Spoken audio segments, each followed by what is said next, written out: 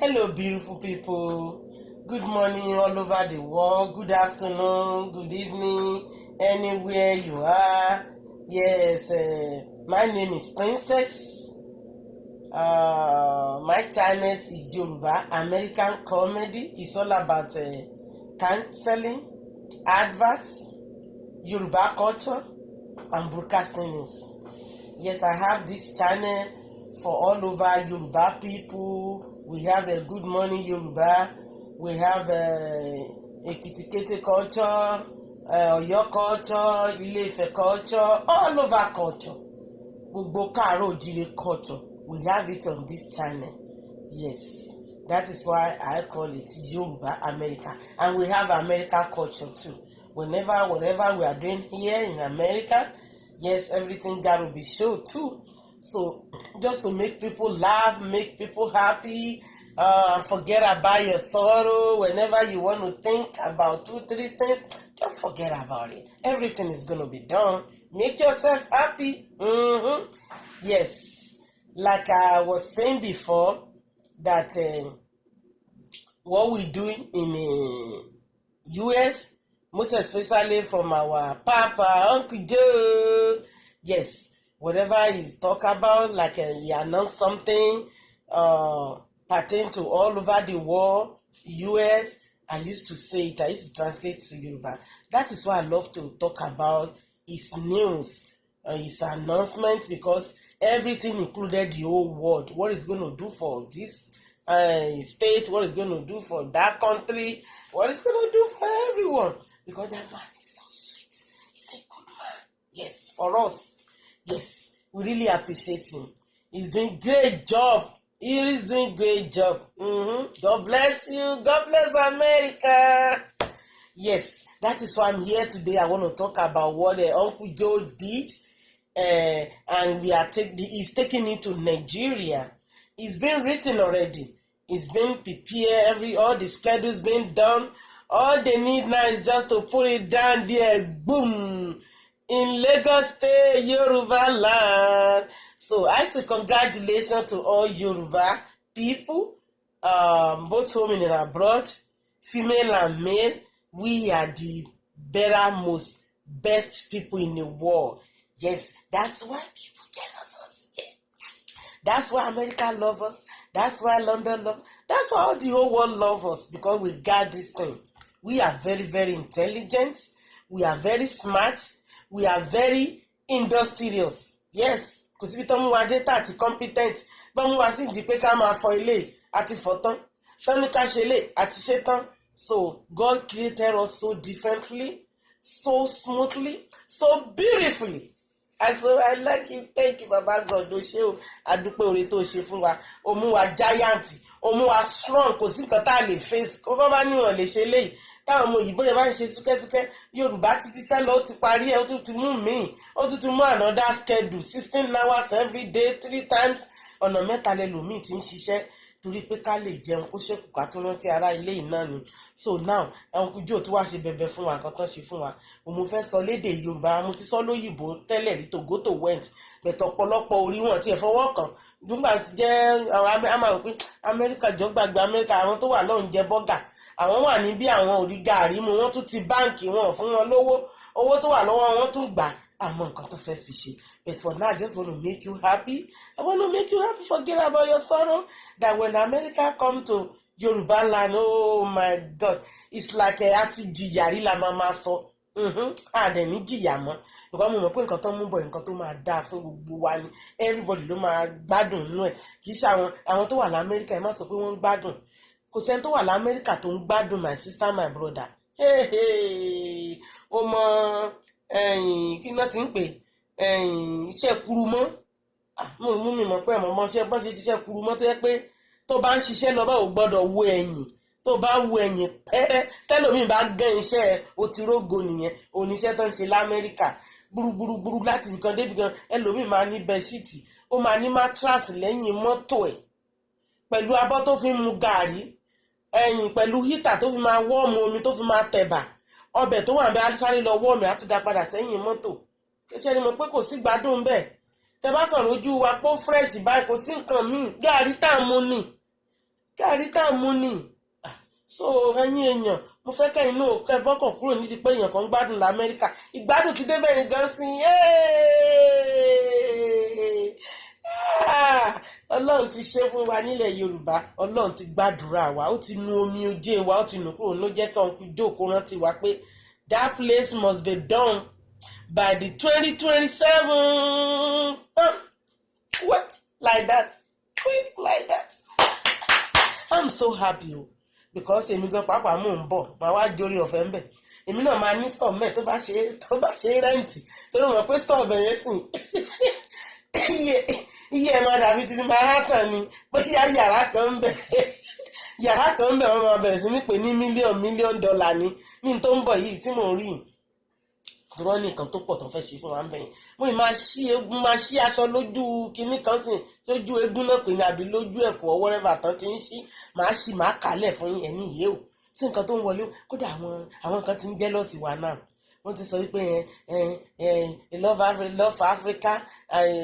equal you don't love Africa equal you must do things to Africa equal you must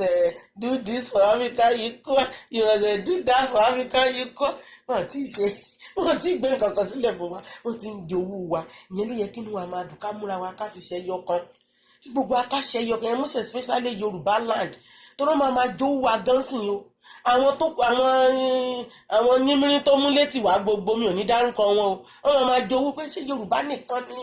ẹbẹ tẹ́ ti gbà wípé Yorùbá nìkan ló lọ́gbọ́n jù àwa nìkan la ní ìmọ̀ jù àwa nìkan la ní òye jù culture wa lórí ìṣìjù culture wa ni o Haúsá fẹ́ wọ agbádá Yorùbá o wọ́n fẹ́ ṣègbéyàwó bíi ti Yorùbá Ìgbò pàápàá ti ń ta sí wa ń sìn tó máa ń ṣègbéyàwó lọ́dọ̀ wọn lẹ́ ń kọ́ pakúnpakún wọn ń kọ́ mọ́ o wọ́n máa gbọ́ brown skin girl tàbí kó jẹ́ ṣéèkì bọ̀bọ̀ ṣéèkì orin àbúrò mi Davido onígbogbo ní ẹ̀ńkọ́ sìn kẹ́ni mọ̀ pọ́nlọ̀ ń bless wa nílẹ̀ Yorùbá oná làwọn Amẹ́ríkà rí sí wọ́n láwa la ní music tó dájú gbogbo all over the world wọ́n láwa la ní gbogbo nǹkan tó tiẹ̀ la ní ó pọ̀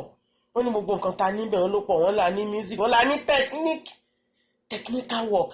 kò síbi tó ọmọ Yorùbá dé nílùú yìí àwọn ló máa bá níbi tó ti máa kó oríṣiríṣi jáde nínú ihò ilẹ̀ nínú gbogbo ẹ̀ àwa nìkan àwọn ọmọ wọn ò lè ṣe wọ́n bá tẹ̀ ti gbọ́ pé smoke kan ti bọ́lẹ̀ báyìí ó rí funfun kó jáde síta mọ́ wọ́n máa gbé I'm sick I can't come to work today take me off Yorùbá ló máa lọ bẹ̀ tó máa lọ ṣiṣẹ́ yẹn àwa la máa ṣe tí wọ́n mọ̀ pé ọ̀gá ta owó láàrú àpé lọ́rọ̀ tí wọ́n máa gbowó bàbá bẹ̀tà wọn olówó bàbá táwọn máa gbọ́ bàbá wa wà ní ẹ̀yìn lábúlérí alẹ́ Èkìtì ẹ̀yìn lábúlérí alẹ́ Ẹ̀gbá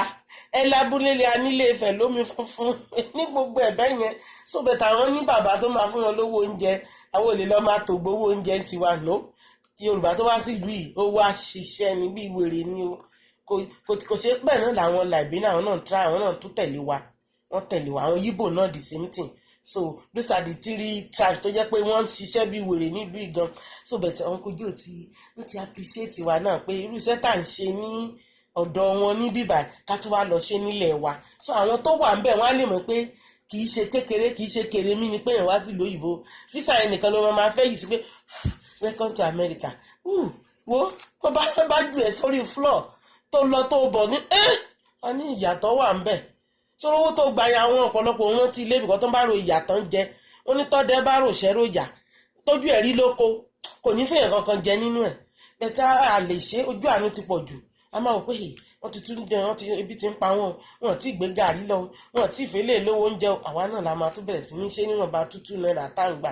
so you better appreciate us okay now I want to give you what Uncle Joe bring to Yoruba land wọ́n ní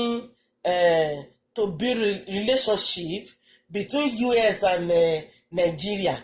to build relationship between America and the Yoruba land. That is what I read. You understand? Ẹ má bínú. Mo ní kóòdù díẹ̀ ibi ìwọ ń gbá fúrúfúrú ni pẹ̀lú òtútù torí 120 degree náà bí mi sí now is like a 17 degree 18 degree a máa dìbí kuru mọ́ ni ó ń fẹ́ sí mi díẹ̀ dẹ́bẹ̀ mò ń ta padà you know what get out of here let me hear what excuse me guys so nǹkan tí màá sọ fún yẹn ilẹ̀ Yorùbá náà fẹ́ ṣe sí nílẹ̀ Nàìjíríà ní Lagos State. So Lagos State start Yoruba start from Lagos State Èkó àrèlè alóbisálẹ̀ gbẹlẹ̀gbẹ́.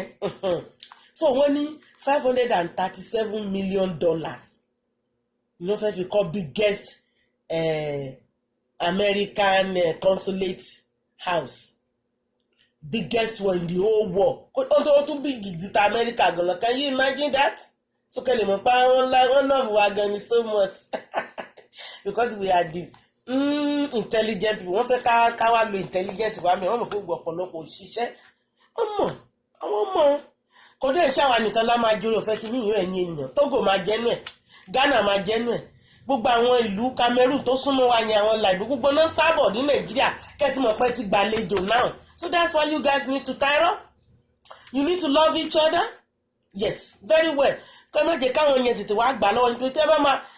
tó máa fi 2027 I can 100% sure that Lagos State máa fún Liberia, ó máa fún Togo, Ghana. Àwọn Ghana tí wọ́n tán ti kó ṣaka wọn tán ti lọ wọ́n tó ń padà bọ̀ ó gbàtẹ́lẹ̀ bá rẹ́dì sí i. Sókè ti ya mọ̀ bẹ́ẹ̀ ṣe máa take a part nínú kínní. Mi ò ní kán má jẹ́ ń bẹ̀ ọmọ ìyá kan náà jọ ní gbogbo brother and sister ni wá o. Bẹ̀tì Nàìjíríà Yorùbá ẹ̀yin lẹ́ni ilé yín ẹ má jẹ́ kéèyàn àlejò kankan gba ipò yẹn mọ́ yín lọ́wọ́ mò ń pariwo tó excuse me tó bá máa fi dàsìkò yẹn Ọlọ́run á ti dá gbogbo wa sí. A máa wà láyé a máa wà lè máa tún máa rán yín létí pé yà tètè máa lọ wọ́n ti fẹ́ lọ ṣe nǹkan bẹ́ẹ̀ tètè máa lọ ipò báyìí ló wà nílẹ̀ gbogbo nǹkan tó bá wà bẹ́ẹ̀ máa google máa mí sọ pé mo get ẹ̀ right máa fún yín lọ́wọ́ position tó like ìwọ tó mọ̀ pé ó wà ní bóyá AND ló ń ṣe ni bó OND ló ń ṣe ni o bí kinní kan ló fẹ́ ṣe ní university ni o bí colleges ló ti fẹ́ ṣe ni o bí nursing school ni o tètè lá lọ sọdún méjì RN lọ ṣe ń sìn tètè lọ ṣe ó wà ní Èkìtì wọ́n ní nursing school s'Èkìtì wọ́n ní sí Òṣogbo ìyẹn dá mi lójú mi wọ́n ní sí Ìbàdàn náà ó dàbí pé ó ní sífẹ̀ náà Ẹlẹ́yẹlé nursing school náà wà nífẹ̀ lẹ́lẹ́yẹlé ètìtì ya lọ máa wọlé sọ́jú méjì péré lóṣù mọ̀ pé 2027 we have just 3 years in between now. Kó tó di pọ́n mí kẹ̀kẹ́ náà kẹ́ti get ready kẹ́ti gbé sabuké yín sẹ́gbẹ̀ẹ́ báyìí pé wọ́n ju question tiẹ̀ báyìí ò ń dá wọn lónìí with your pẹ̀lú ọgbọ́n tá a níyẹn ẹ farabalẹ̀ ẹ má gbọ̀n fún ẹ sọ fún ẹ pé you know what ìlú mi ló ti wá bá mi wá ṣe mí lóore ni èmi náà dẹ̀ ready láti gba oore yẹn ẹ má bá wọn jà o torí ibẹ̀ yẹn it's like America o ẹ ti ṣoríire o ìwọ tó ń wá green card ọjọ́ tó ti pẹ́ ìwọ tó ń wá pálí blue ọjọ́ tó ti pẹ́ ọ̀rọ̀ rẹ ti dayọ̀ àwé ọtí ṣoríire ni mo ṣoríire o ẹlẹ́dàá mi mo dúpẹ́ o gbogbo aláṣoríire sórí American visa tó ti ń wá ní eléke crescent láti yejọ́ yìí tí ò bọ́ sí tán lù fún ẹ turn back next time bóyá ló ṣojú báyìí ó ṣe mú báyìí ó gbórígún régé ò wojú wọn déédéé lélẹ́yìí o kúlẹ̀lẹ̀ ni ó máa jókòó báyìí tó wọ́n bá mi kó ságbádá kó bá mi wọ̀rọ̀ àti bùbá kó ya gèlè rẹ kí a gbá wíńdò consulate yẹn kí a gbá lójú bẹ́ẹ̀ wí Yorùbá lọ ṣe sọ fún ẹ pé ọmọ Ọ̀yọ́ ni ẹ ọmọ Èkìtì ni ẹ ọmọ Ẹ̀gbá ni ẹ ọmọ Ilé-Ifẹ̀ ni ẹ ọmọ Ọ̀ṣun ni ẹ ọmọ Òṣogbo ni ẹ ọmọ mídẹ̀mídẹ̀ ni ẹ àwọn sọ̀sọ̀ ó yẹ ẹ lọ ya gèlè yín lẹ̀ ẹ bá ń tọ́ pélé tẹ́ ẹ máa ń tọ́ mẹ́ta bàbá Oǹdó bá mi lọ bu bàràmú ẹ ẹ̀yin oníkẹ́kẹ́ náà lẹ́kìtì ẹ fi kẹ́kẹ́ díẹ̀ sí kẹ́ lọ sí interview ń bẹ gbogbo ilẹ̀ máa ṣiṣẹ́ ń bẹ pátápátá ẹ mọ iye àwọn èèyàn tán náà nídìí ni wọ́n náà nídìí 2,500 people náà ló máa ṣiṣẹ́ ń bẹ yín tó máa ṣe kinní bẹ̀rẹ̀ lásán ni o tó máa ṣe engineer architect work àti construction workers ló máa ṣiṣẹ́ ń bẹ yẹn tó ń dẹ̀ máa ní safety wọ́n máa ní security wọ́n máa ní the security mẹ̀tẹ̀tẹ̀ ya máa lọ kíákíá àwọn ọlọ́pàá náà torí wọ́n náà máa ní kinní náà bẹ́ẹ̀ wọ́n máa ní American democracy so irú American democracy tó máa níyẹn the meaning of American democracy is ruled by the people we are the people I'm one of the people you too you are the one of the people don't say it's American people alone no you too Yoruba people we are all the people yes I want to assure you that I want to put it in your left hand má fi jẹun o tó bá débẹ̀ you wanna sọ fún pé we are the people I'm one of the people make them laugh bẹ́ẹ̀ má bá wọn jà because tó bá lọ sórí democracy American democracy wà ní ọlọ́pàá wà ń bẹ́ o army àwọn tó máa ń dìbì kúrú mọ́ tá gbẹ́rù sẹ́yìn wọn á gbé síwájú ojú wọn gan ò ní rí ọkàn ohun lásán ló ń gbọ́ má kọjá yìí ẹ o ibi tọrọ Amẹ́ríkà ṣe sí nìyẹn o tó bá ní bí ni o jókòó sí jókòó sórí kọ́ọ̀pù yìí ṣé mo kó bá jẹ́ ọ̀dọ̀ wa ní Nàìjíríà ni àmú báyìí tá a ṣí mọ́rí ni àmú tán pátá bẹ́ẹ̀ lamẹ́ríkà mẹ́kàn máa ṣe bẹ́ẹ̀ ni wọn kì í jẹun so wọ́n ṣe rán mú bẹ́ẹ̀ náà ní kó rán kó rán kó rán kó mú ká ẹ̀kọ́ tábí rẹ̀ kó mú kọ́ọ̀pù ẹ̀ kó gbé rẹ̀ kó rán máa fi sí bíi ti màmá Puka àti lady tí ń jẹ́ Jennifer bó ṣe ń mu tíì yẹn bẹ́ẹ̀ náà ṣe fẹ́ kíta pínkì ẹ̀ kíta gangan báyìí bó ṣe ń mú bẹ́ẹ̀ náà ni behaviour yín oníkẹ̀ṣe ṣé o mo bẹ̀yìn lórúkọ lọ́hùn ìyẹn abomi títí mi láti Èkìtì àbí má lọ síbẹ̀ nìkan yá Ṣàgídí Èkìtì níbẹ̀ wọn àmúdìrẹ́gúnlẹ̀ wọn àwọn ará bí yìí ò kíá o bó ṣe dáa tó bẹ́ẹ̀ náà nà mọ̀ burú o wọ́n kàn mú constitution ní ọ̀mú ṣeré o sọ̀rí ìyẹn òwe àmì èèyàn lọ́ọ̀ oríṣiríṣi mọ̀sùn mọ̀tọ̀ èèyàn lílí jù tí ẹ̀gán tún ju wáì lọ ó ju ti ojú tó ti kó lọ́tọ́ ilé kúrò lẹ́kìtì o ẹ lè petition àwọn ilé kúrò o so àwọn ilé ìfẹ́ kẹ́ ṣe the right thing they are coming to civilize us more than before ẹ mọ̀ pa alájú lọ́dọ̀ wa bá kọ́kàn jẹ́ ṣe la alájú sódì alájú ni alásòdì ìyẹn Ẹ̀gbá náà lajú sódì ìyẹn Ọ̀yọ́ lajú sódì àmọ́ gbọ́ kùsùn sí àní sẹ́mísà òjé ọ̀rọ̀ sẹ́mísà ò sí ń bẹ̀ mọ́ báyìí o kò yá mú sẹ́mísà ẹ̀ kó pọ́kẹ̀tì ẹ̀ tó bá ti lè dé eléke Christian tó tún ní kó máa lọ sí Lẹ́kì ní Victoria Island kò yá mú sẹ́mísà ẹ̀sẹ̀gbẹ́ kan ó máa dúró ṣánṣán báyìí ni nǹkan tó ń fẹ́ ni pé òtítọ́ ẹ bá wọn sọ òótọ́ tó wá pé pépà méjì ló gbé sínú envelope tó ń gbé ló sọ pé mẹ́ta ni sọ pé méjì ni kò sí wàhálà wá tún fún ẹ ní appointment wá tún lọ tún kó míì sí wa kò sí gìrìgìrì inú ọ̀rọ̀ wọn torí ibi tó bá lò ń sá lọ ibi tó wà bá ẹni tó ń sá fún gangan ó máa tún padà lọ bá wọn owó ló máa lọ fara hàn pé mo tún dé o Amẹ́ríkà ò kì í léèyàn ibi tó bá wà náà tí ibi tó bá wà ló ti máa lọ bá wọn because tó máa nídìí nǹkan ṣáàyàn wàá lọ ibẹ̀ náà ti máa grab ẹ̀ pé ṣe bí pépà méjì ló mú wá last time kí ló dé tó di mẹ́ta ń sìn so ìyá sọ fún mi pé I have just two now then later on I will get the rest I will put it together and bring it to you to show you here báwo ló ra sọ fún wọn bẹ́ẹ̀ yẹn ọ̀rọ̀ pé òde bẹ́ẹ̀ ò ń sọ grammar kò sí sọ̀rọ̀ níwọ̀n bá bí tó mọ̀ ẹ sáré tògótò wẹ́ǹtì tí mò ń sọ kò sẹ́ni tó máa lóhùn ò gbọ́ ẹ̀rọ asán níwọ̀n bá fẹ́rẹ́fẹ́ nítorí ẹ̀ má dé bẹ́ẹ̀ kẹ́ lọ cross leg ẹni you see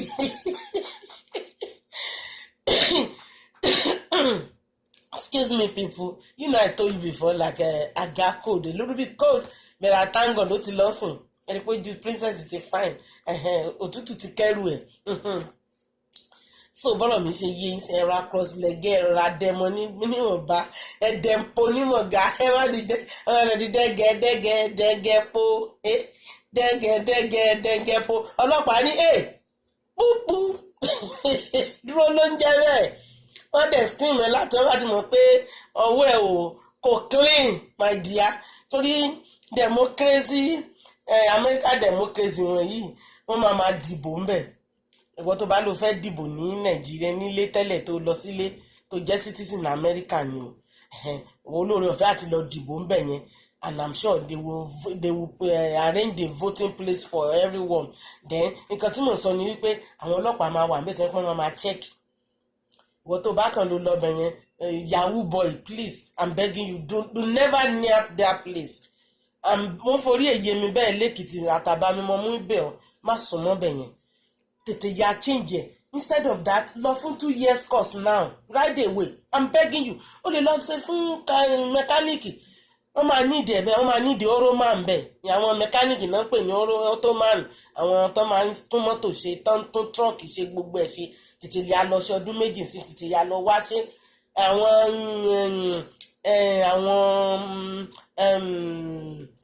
tó máa ń ṣiṣẹ́ ilé àwọn housekeeping bíi pé ká fọ bátúmù ká gbálẹ̀ ẹ tètè ya lọ máa wá bẹ́ẹ̀ bí tẹ́ ti máa ṣe ń sìn kẹ́ ní certificate yín dání àwọn hairdresser náà àwọn náà máa wà ń bẹ̀ because ara ẹni tó máa gbé ń bẹ̀ yẹn tó jẹ́ kó máa fẹ́ ṣe irun ṣọ́ọ̀bù bẹ̀yìn kò ní ṣe é rà bí àwọn tó lè ra ṣọ́ọ̀bù bẹ̀yìn bí àwọn Dangote ọlọ́run dẹ̀ lè ṣe ọlọ́run lè pèsè fáwa náà kó tó dìgbà yan mi ò ròyìn pín èmi gan rora mi pé bóyá èmi náà yìí máa ní ṣọ́ọ̀bù mi àti lè sàn àjẹ́ pé máa wìn ní lótò nìyẹn bí kò mi ò lówó ṣọ́ọ̀bù bẹ̀yẹn lápò mi dẹ̀ rò pé mo níṣẹ́ mo lè ṣe kó tó dìgbà yẹn tí màá fi lówó stọọ bẹ̀yẹn bẹ̀tọ́ lọ́n bá pèsè déédéé ẹ̀yin náà ẹ jára mọ́ṣẹ́ then ẹ̀yin tẹ́ mọ̀ pé ẹ̀ ń kun ilé wọ́n máa ní ìdẹ́n tó máa kun ilé ń bẹ̀yẹn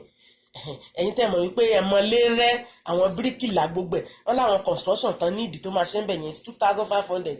engineer tó mọ̀ pé orí ẹ̀ ti pé ó ti sán ti gbálẹ̀ ti pẹ́ ó ní certificate ẹ̀ tó jóná dáadáa tó jiná tètè ya mu sí tòsí kó máa lọ kó máa bọ̀ máa wulẹ̀ lóhùn pé nǹkan tó máa help ẹ̀ kó tó máa gbá ẹ̀ wọ́n máa gbà wá la fẹ́ gbà wọn Amẹ́ríkà ṣiṣẹ́ ìrọ́ náà ń pa I'm telling you this because 419 yẹn máa pọ̀ níta ń sìn pé tètè wọ́n tó bá fẹ́ràn ló sì Amẹ́ríkà building kó tètè wàá máa múrúkọ wá má tún máa gbowó lọ́wọ́ yín no do not stress yourself just find your credential ready keep them around then you to make yourself prepare lọ bá mi wá àwọn súùtù níwọ̀nba lóṣòdì tóró lówó gbọ́dé níwọ̀nba pọ̀ púpọ̀ tó máa ń lájẹ̀ tó bá wọ súùtù gan yes kóòtù náà máa wà ń bẹ̀ àwọn kóòtù ẹlẹ́jọ́ máa wà ń bẹ̀ then Supreme Court máa wà náà ni mo sọ àti military àwọn military tí mo sọ àwọn army kankan navy àti air force ìyẹn ni military títí wọn máa wà ń bẹ̀ so ẹ bá dẹ̀ ti wà ń bẹ̀ wo ojú yín lásán báyìí wọ́n ti mọ nǹkan tó wá ṣe ẹ bá ti rí ìdí ojú ẹ̀ wọ́n ti mọ nǹkan tó wá ṣe because that's what they train for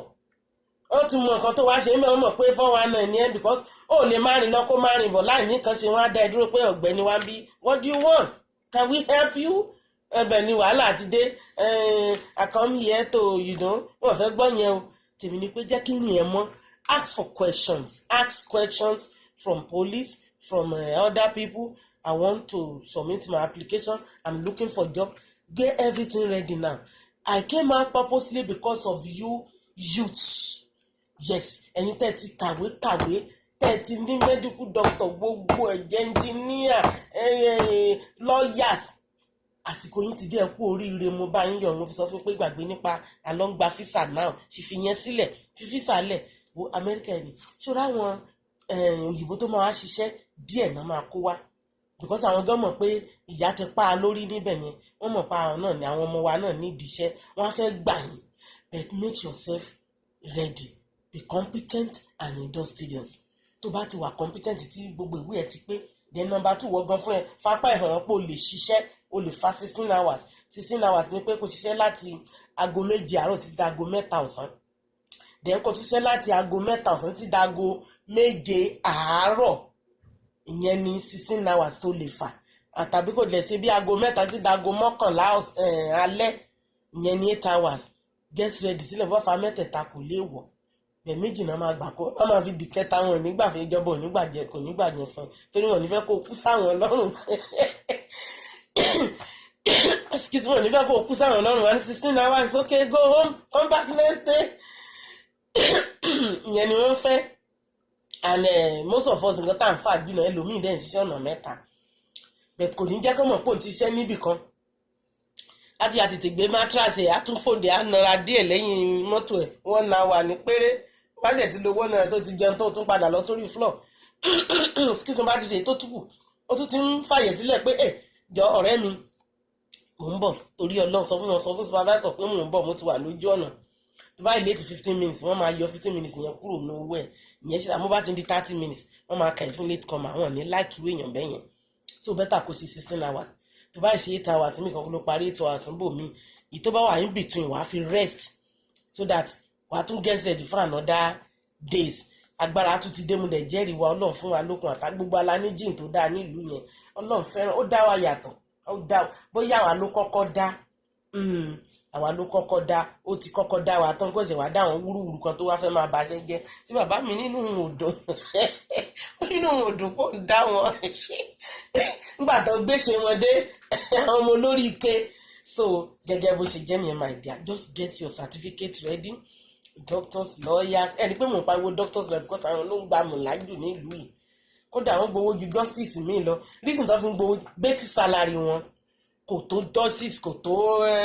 níwọ̀n bẹ́tì àwa ní orí ọ̀fẹ́ láti fa iṣẹ́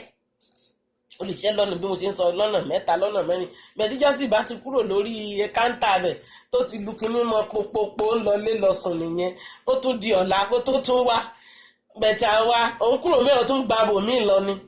o tún kúrò mẹ́rin tó ń gba bòmí lọ ni nínú ẹ̀ náà o tún sì léèyàn kan tó máa ní sáré wá bò ń gba 2 hours kan bì kan òun fẹ́ sáré lọ bì kan ó lè rí fẹ́ni tó ń tọ́jú sílẹ̀ ó ń láti wé èèyàn kan tó máa bẹ́ẹ̀ gba iṣẹ́ tí iléeṣẹ́ dẹ̀ máa mọ̀ pé lágbájá máa mú èèyàn kan wá tó fẹ́ replace ẹ̀ gbogbo wọn yẹn la máa kó pọ̀ olófin owó yẹn fi máa ń pọ̀ jù nílùú tó yẹ pé àwọn mẹ́díkù náà gba owó jù kò sí òṣìṣẹ́ tó ṣiṣẹ́ tó mẹ́díkù nílùú yìí bí ẹṣin àtòyìnbó àti funfun o bẹ̀ tó yẹ kó dúdú ló ń ṣiṣẹ́ jù because we have good team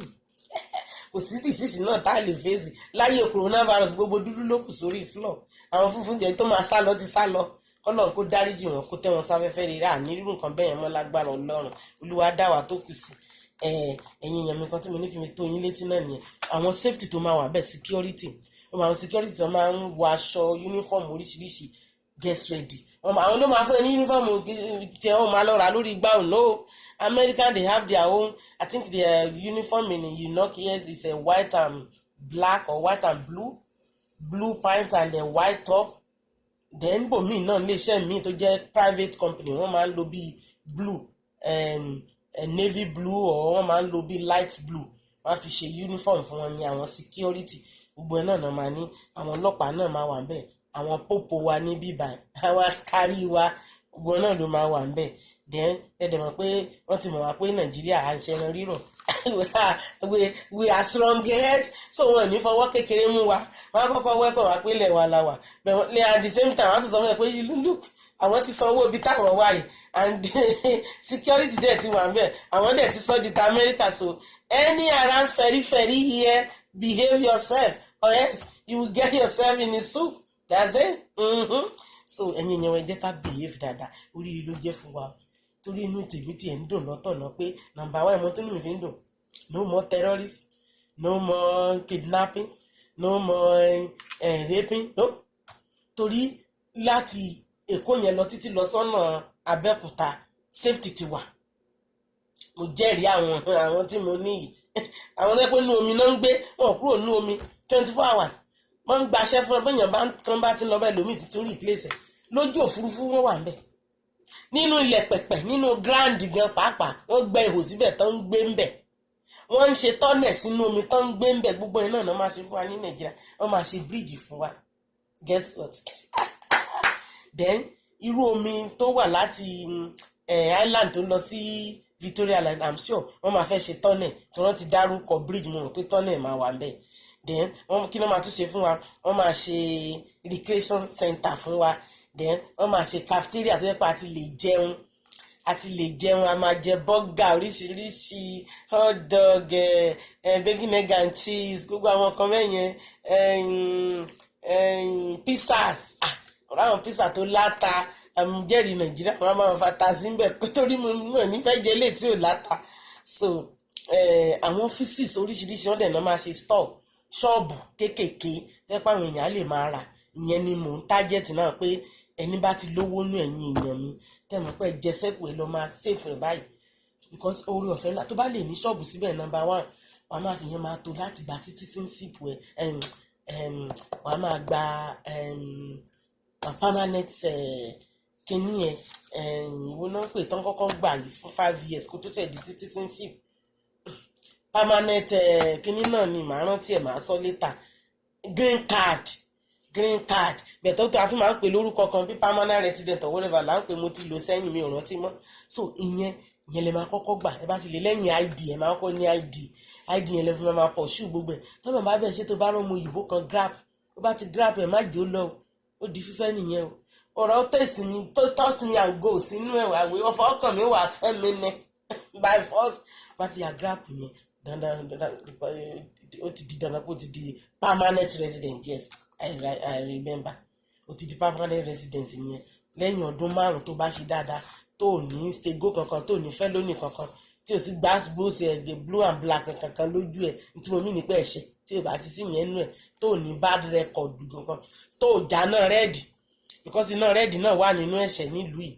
gbogbo nǹkan yẹn ló lè bá permanent resident jẹ́ tí driving license bá ti bàjẹ́ permanent resident ti bàjẹ́ nìyẹn bí gbogbo ẹ̀ ló join papọ̀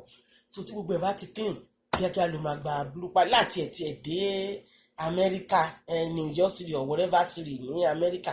ó ti di Amẹ́ríkà ní ìlú Nàìjíríà mọ̀ pé rere ló jẹ́ fún ẹ ẹ̀yin bàbá tẹ́lẹ̀ lọ gba rìtáyámẹ́ǹtì ọmọ ìyá 95 sì ń ṣiṣẹ́ l'Amẹ́ríkà o ọ̀dọ́ ó máa ṣe kíní lẹ́gbẹ̀ẹ́ kankan pé òun wá volunteer bẹ̀ ìjọba dẹ̀ máa fún lówó díẹ̀ pé at least bó bá tiẹ̀ wá volunteer òun náà gbọ́dọ̀ fi kankan sápò tẹ́lẹ̀ mọ̀ bí Amẹ́ríkà ṣe dáa tó gbogbo ẹ̀ tẹ́ ti rìtáyà tẹ́ ṣiṣẹ́ mọ́ tẹ́ ṣe kébékébé tó owó rìtáyámẹ́ǹtì yín wà lábẹ́ ìjọba tí wọ́n fún yín ẹ gbàgbé nípa ìrún owó nìyẹn ẹ ti yá lọ apply ẹ sọ fún wọn pé ẹ máa bá wọn ṣe war round ni pé ẹ jẹ́ bí security tó kàn máa jókòó tá a máa rìn káàkiri tẹ bá rí èsìsì tó fò tí ò fò dáadáa ẹ jẹ́ kán mọ̀ èèrà tó bá rìn tí ò rìn dáadáa ẹ jẹ́ kán mọ̀ pé look this is America this is not Nigeria anymore this is Yoruba land America ẹni pé orúkọ mi yẹn fà Yoruba American comedy show òun náà fẹ́ ṣe sí Nàìjíríà sí Yoruba America not African America anymore Yoruba America ni gbogbo wa pátápátá àwọn Ìgbò máa jealous àtàwọn Haúsá gbogbo àyẹ̀mọ́ ṣe ní gbogbo Alani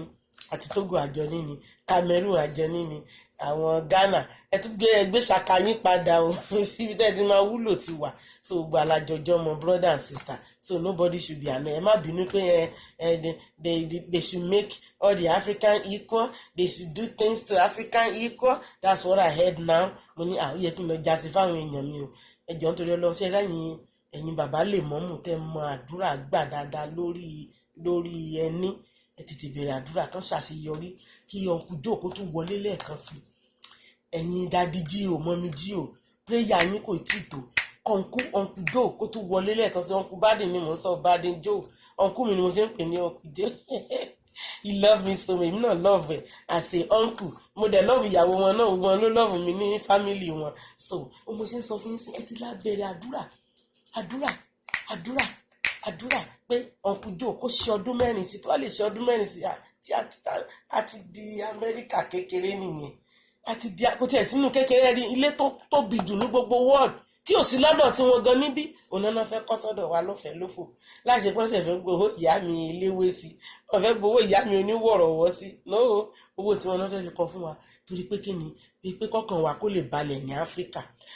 kí n ṣe Yorùbá nìkan ló máa jórí ọ̀fẹ́ kí ní ìmú ń sọ o mo ṣe ń sọ fún ẹ̀yin Yorùbá tètè dìde kí Tógò tó gbabẹ̀ yẹn máa ń lọ́wọ́ kí àwọn Ghana kan tó gbé ṣaka wọn padà wá báyẹn tètè yá lọ tẹ́lẹ̀ síbẹ̀ kẹ́ máa lọ kẹ́ máa bọ̀ tẹ́ bá rí pé gbé nọ́tìsì kan síta báyìí kẹ́ ra mú torí nígbà tí 2,500 èèyàn bá fẹ́ ṣiṣẹ́ níbì kan so guess what ó mì pé 10,000 èèyàn ló máa ṣiṣẹ́ ń bẹ̀ 2,500 ló máa kọ́ ilé ló máa ṣe construction tán bá kọ́rù ilé yẹn tán kọ́ ẹ bá mi ṣírò èèyàn tó bá wà nínú ilé yẹn ká máa sọ pé approximately maybe 10,000 or 5,000 nǹkan ṣeré ní kò ájù bẹ́ẹ̀ yẹn lọ because àwọn tó máa wà ní one house gan tó ń sọ ọ̀nkú àwọn yẹn pọ̀ gan àwọn yẹn máa ju 1,000 lọ lọ́tọ̀ nínú ilé ọ̀nkú nínú White House ká máa tí wàá sọ surrounding ká máa tí sọ gate man secure caterer pedicure manicure ẹ ti dé White House ló wà ń bírí èèyàn á sọnù síbẹ̀ kò ń ṣàgbélé ìdárúà kò ń ṣàgbélé ilé ìtàn lọ olúwa á sọnù síbẹ̀ pé ayé tún pé mẹ́wàá níbí báyìí sórí ẹ̀ ló fẹ́ ṣe sọ́dọ̀ wa inú wa ò dẹ̀ dùn. Then number 2 ṣe láwọn ilé tán fẹ́ kọ́ wọ̀nyẹn irú 10-story building tán fẹ́ kọ́ sí ibẹ̀ tó jẹ́ the largest world consulate house ṣé first floor la fẹ́ sọ 2nd 3rd 4th 5th 6th 7th 8th 9th 10th ẹ fẹ́ mọ iye èèyàn kan tó fẹ́ wà ní floor kọ̀ọ̀kan ni gbogbo ẹ̀lú dẹ̀ máa ní cafeteria tó máa ní oríṣiríṣi so in fact ìbùkún ńlá ló jẹ́ fún wa inú mi dùn gan ni mo dúpẹ́ lọ́wọ́ Ọlọ́run pé Olúwa rántí wa ọba tó dání tó fi wá ṣe olórí. Yes, àwa ló fi ṣe olórí. Àwa nítorí òyìnbó bìlífù pé ara dúdú làwọn ti lọ.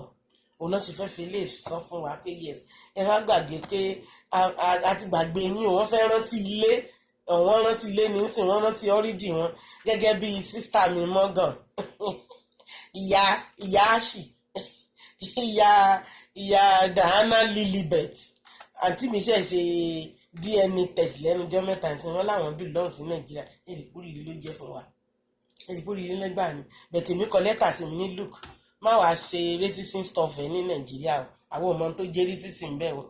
gbogbo ala dúdú ń bẹ̀rù àmọ́ bẹ́ẹ̀ èèyàn kan funfun èèyàn kan dúdú kó má gbé Lilibet, wọ́n má jẹ́ pé àsìkò ìgbà tó bá gbé Lilibet débẹ̀ ló bá ní Lilibet dúdú mọ́ wa lọ́wọ́ Nàìjíríà o, èdè ya gbé Lilibet fún bàbá ẹ̀ lọ́hùn àgbàpá wà la ni ẹ bẹ̀ gbé Lilibet fún wọn ní white skin wọn náà, white skin wọn náà kí wọ́n dúdú ẹ̀ kó máa bọ̀. Òfin ṣeré ni, this is American comedy show, you know what, everybody can belong to Nigeria. Beyonce, oh my brown skin girl, she's a Nigerian.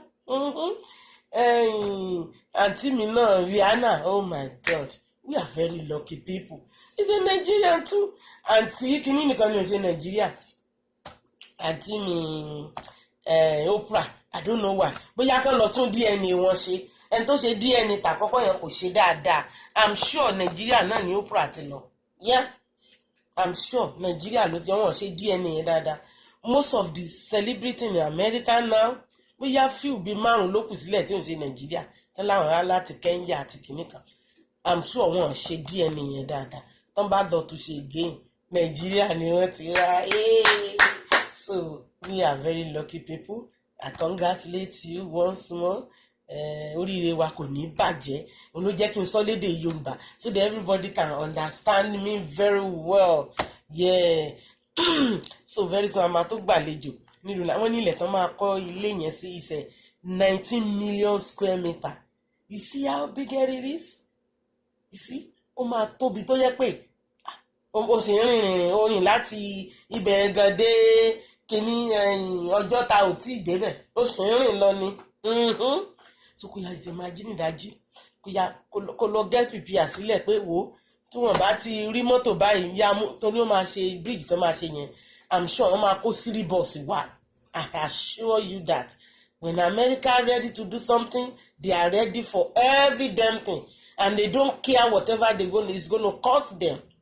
unless if they wọ́n bá ti ready wọ́n ti ready nìyẹn wọ́n máa ní sírí bọ́ọ̀sì tó máa lọ máa pick àwọn òṣìṣẹ́. So kò yá tètè get ready kò yá wá cup tea ẹ kó gba bó máa sáré tẹ̀lé mọ́tò kó tètè gbọ́nú ilé kan gbé ẹ débi iṣẹ́ ẹ. So ẹ kú oríire ẹ̀yin ènìyàn mi. Gbogbo àwọn nǹkan tí mo bá yín sọ yìí, àwọn state law, federal law, gbogbo ẹ̀ ni wọ́n máa gbé wá. Ẹ jẹ́ kó wà lọ́wọ́ yín wípé àti ṣe oríire ọmọ olóríire ni wá. So for now àwọn nǹkan tí mo rí tí mo tún wá fi tó yín létí náà nìyẹn. Ẹ̀yin ènìyàn yẹn bá mi fọwọ́ sí i. Ẹ ń ṣe love sister yín, princess yín ni ó yá ẹ máa love ẹ máa subscribe ẹ máa view ẹ máa wò ẹ farabalẹ̀ kẹ́ gbọ́ gbogbo ẹ̀ lẹ́yọ kọ̀ọ̀kan. So eléyìí tó bá lè ṣe nínú ẹ̀wọ̀ hairdresser má gbàgbé má sọ pálí ẹnu ó useful. Bíríkìlà má sọ pálí ẹnu ó useful. Gbogbo àwọn oníṣẹ́ ọwọ́ pátákó kì í ṣe gbogbo doctor nìkan náà wà ń bẹ̀, kì í ṣe lawyer nìkan náà wà ń bẹ̀, kì í ṣe justice nìkan, most especially those ẹgbọ́n wọn ní technique pàwọn Nàìjíríà mọ̀ nípa tí ọwọ́ ló ń jẹ́ bẹ́ẹ̀, àwọn iṣẹ́ ọwọ́ ló ń jẹ́ technical work. Àwọn shoemaker pápápápápá, àwọn tó ń dí rọ́bà pápápá, gbogbo ẹ̀ ni wọ́n ní ìdí ń bẹ̀. Àwọn tó ń dí rọ́bà yẹn àwọn yẹn ni wọ́n máa ṣe bíi weather, wọ́n máa jórin pọ̀ mọ́rin. Gbogbo ẹ̀ ló máa wà ń bẹ̀. So ẹ̀yin ènìyàn get ready. Ọ̀rọ̀ mi ò kàwé ò sínú ẹ̀ bẹ̀ tó bá dẹ̀ lè fọgbọ́n ṣe díẹ̀díẹ̀ kó tẹ̀sí pé kó máa lọ kó fi lè mọ ABC tán máa ń sọ̀rọ̀ ń bẹ̀ wà lè máa tètè grab wọn. Ẹ lè ti lọ sí yẹn bíi 2 years. Ẹ wá àwọn colleges wọn yẹn wọ́n ní àwọn ẹ̀kọ́ àgbà ń bẹ̀. Àwọn ìyá mi bàbá mi tún ti retire yẹn ló jókòó síbẹ̀. ABC àwọn nǹkan pẹ́pẹ̀pẹ́ tẹ́ lè fi máa ṣeré tẹ́ pé tẹ́ bá débẹ̀ báyìí wọ́n á lè gbà yín. Tí wọ́n máa ní ilé arúgbó síbẹ̀, wọ́n máa ní nursing home, wọ́n máa ní ilé ọmọ kékeré, wọ́n máa ní school àwọn teachers. Ẹ lọ ṣe bẹ̀rẹ̀ sí ní ṣe ń sìn. O make sure pé at least ó tiẹ̀ lè wù kémi náà wúlò ń bẹ̀. Torí èmi náà máa débẹ̀. Amadebe, mo tẹ̀ máa dọ́dọ̀ ọ̀nkú mi. Máa kẹlẹ̀kùn kókókó ọ̀nkú. Your princess is here. Open the door. And yeah, my sister. Yes, so that's it is. Ẹ̀yin ènìyàn mi, ó kù díẹ̀, wọ́n ní ó dùn púpọ̀. Kó má bàa tán bó náà ṣe ń pòwe yẹn. Ilẹ̀ Yorùbá, Ọlọ́run á máa kúkú fi yé wa sí. Bí nǹkan tí fẹ́ bá ń sọ lénìí nìyẹn, bá tún gbọ́ míì tó tún jẹ́ gbòógì ó báyìí. Tó mọ́gbọ́n wá tó máa wúlò fún wa, bá tún jẹ́ kẹ́ gbọ́. Ẹ ṣé, ó dàbọ̀.